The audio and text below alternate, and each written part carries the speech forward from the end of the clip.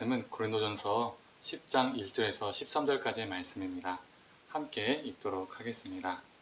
형제들아, 나는 너희가 알지 못하기를 원하지 아니하노니 우리 조상들이 다 구름 아래에 있고 바다 가운데로 지나며 모세에게 속하여 다 구름과 바다에서 세례를 받고 다 같은 신령한 음식을 먹으며 다 같은 신령한 음료를 마셨으니 이는 그들을 따르는 신령한 반석으로부터 마셨음에 그 반석은 곧 그리스도시다. 그러나 그들의 다수를 하나님이 기뻐하지 아니하셨으므로 그들이 광에서 멸망을 받았느니라. 이러한 일은 우리의 본보기가 되어 우리로 하여금 그들이 악을 즐겨한 것 같이 즐겨하는 자가 되지 않게 하려 함이니, 그들 가운데 어떤 사람들과 같이 너희는 우상 숭배하는 자가 되지 말라. 기록된 바 백성이 앉아서 먹고 마시며 일어나서 뛰논다 함과 같으니라.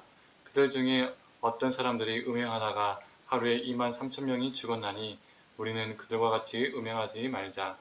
그들 가운데 어떤 사람이 주를 시험하다가 뱀에게 멸망하였나니 우리는 그들과 같이 시험하지 말자. 그들 가운데 어떤 사람들이 원망하다가 멸망시키는 자에게 멸망하였나니 너희는 그들과 같이 원망하지 말라. 그들에게 일어난 이런 일은 본보기가 되고 또한 말세를 만난 우리를 깨우치기 위하여 기록되었느니라. 그런즉 선줄로 생각하는 자는 넘어질까 조심하라. 사람이 감당할 시험 밖에는 너희가 당한 것이 없나니 오직 하나님은 미쁘사 너희가 감당하지 못할 시험 당함을 허락지 아니하시고 시험 당할 즈음에 또한 피할 길을 내사 너희로 능히 감당하게 하시느니라. 아멘. 오늘 아침 묵상을 들으신 우리 모든 성도님들에게 하나님의 은혜가 있기를 간절히 소망합니다. 고린도 성도 가운데는 자신들의 세례를 받았기 때문에 당연히 구원을 받고 또 매주마다 성찬에 참여하고 있기 때문에 당연히 구원을 받는다. 내가 어떠한 삶을 살아도 구원은 이미 보장되었다라고 믿고 있었던 사람들이 있었습니다. 이러한 그들에게 오늘 바울의 말은 찬물을 꾀하는 정도가 아니라 콸콸 붓는 말이 됩니다. 먼저 바울은 이스라엘이 출애굽을 한 후에 홍해를 건넌 사건을 이스라엘의 집단적 세례 사건으로 해석합니다. 이 세례란 뜻이 영어로 팹티즘이라는 단어죠. 이 단어 뜻 자체가 물에 잠기다라는 의미가 있습니다. 즉, 홍해라는 물 사이로 지나간 것을 바울은 물에 잠긴 사건, 세례 사건으로 해석을 했다는 것이죠.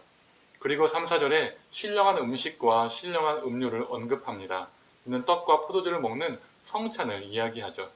바울은 출애굽 당시 이스라엘 백성들이 먹었던 만나를 신령한 음식으로 비유하고 또 출애굽 과정에서 모세가 반석을 쳤을 때 나온 물을 이스라엘 백성들이 마셨었죠. 이 물을 신령한 음료로 비유합니다. 즉, 출애굽 과정에서 하나님이 먹이시고 마시게 한 사건을 바울은 이스라엘의 성찬 참여 사건으로 재해석을 했다는 겁니다. 즉, 이스라엘 백성은 집단적으로 세례를 받고 집단적으로 성찬에 참여한 존재들이라는 것이죠. 그런데 5절에 이렇게 말을 합니다. 그러나 그들의 다수를 하나님이 기뻐하지 아니하셨으므로 그들이 광야에서 멸망을 받았느니라. 실제로 어떠했지요? 모든 출애굽 1세대들이 출애굽의 은혜를 함께 입었지만 대부분의 1세대들은 가나안 땅에 들어가지 못하고 죽었습니다. 구원의 첫걸음은 내딛었지만 그 구원의 과정에서 대부분이 탈락을 했다는 것이죠. 그들의 구원 과정에서 탈락한 이유가 무엇입니까? 1절에서 10절에서 구체적으로 말해주고 있습니다. 7절은 이스라엘이 출애굽 후에 금송아지를 가지고 우상 숭배를 한 사건을 말하고 있죠. 그리고 그 사건으로 인해서 사람들이 벌을 받아 죽습니다. 8절은 민수기 25장에 언급된 바알볼 사건을 말합니다. 이방 여인들과 음행함으로써 수천 명이 심판을 받아서 죽게 되죠. 9절은 민수기 21장에 나오는 불뱀 사건을 얘기하고 있습니다. 이스라엘을 불뱀 사건으로 하나님께서 심판한 사건이지요. 이때도 많은 이들이 죽습니다. 10절에는 수없이 계속적으로 원망과 불평을 하는 이스라엘의 모습을 고발합니다. 우상숭배, 음행, 불순종, 원망과 불평, 이 안에는 결국에는 인간의 탐욕이 있는 겁니다. 그 탐욕 때문에 우상숭배를 하는 것이고 그 성적인 탐욕 때문에 음행을 하는 것이고 또한 탐욕 때문에 하나님 앞에 불순종과 원망과 불평을 하는 것이죠. 이로 인하여 많은 이들이 죽게 되었습니다. 즉 그들은 구원의 과정에서 탈락하고 만 것이죠. 이러한 선조들의 모습이 너희와 나에게 신앙의 본보기가 되었다 라고 바울은 말하고 있습니다. 즉 반면교사가 되었다라고 말하는 것이죠. 우리 조상들도 홍해를 통해 세례를 받았고 만나와 반석의 물을 통해서 신령한 음식을 먹고 신령한 음료를 마셨음에도 불구하고 봐봐라, 그들은 가나안 땅에 들어간 게 아니다, 탈락했다 라고 말하는 것이죠. 고린도 성도들아, 그러니 너희도 예외는 아니야. 너희가 세례 받았다고 성찬 참여했다고 무조건적으로 절대적으로 구원의 완성이 이루어지는 것이 아니다 라고 단호하게 말하고 있습니다. 고린도 성도들아, 너희들도 나도 즉 우리도 출애굽 1세대들과 같이 될 수 있다라고 말하고 있는 겁니다.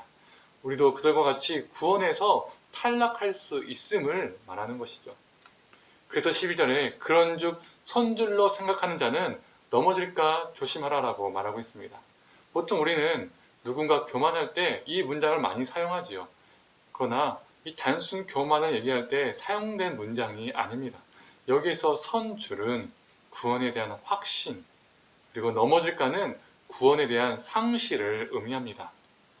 즉 세례를 받았고 성찬에 참여하고 있기 때문에 내 삶을 어떻게 살든 나는 구원받았다고 확신에 찬 자는 구원을 상실할까 조심하라 라고 바울은 말하고 있는 겁니다. 그래서 빌립보서에 바울은 어떻게 말합니까? 항상 복종하여 두렵고 떨림으로 너희 구원을 이루라 라고 말하고 있는 것이죠. 그리고 13절에 이렇게 말하고 있습니다. 사람이 감당할 시험 밖에는 너희가 당한 것이 없나니 오직 하나님은 미쁘사 너희가 감당하지 못할 시험을 당함을 허락하지 아니하시고 시험 당할 즈음에 또한 피할 길을 내사 너희로 능히 감당하게 하시느니라. 내가 피할 수 없어서 어쩔 수 없이 우상을 섬긴 거야. 내가 피할 수 없어서 어쩔 수 없이 불순종한 거야. 내가 피할 수 없어서 어쩔 수 없이 음행을 한 거야. 내가 피할 수 없어서 원망과 불평의 삶을 산 거야. 이런 핑계는 되지 못한다는 것입니다. 이스라엘 백성들의 탈락은 이스라엘이 불순종으로 인하여서 탈락한 것이다.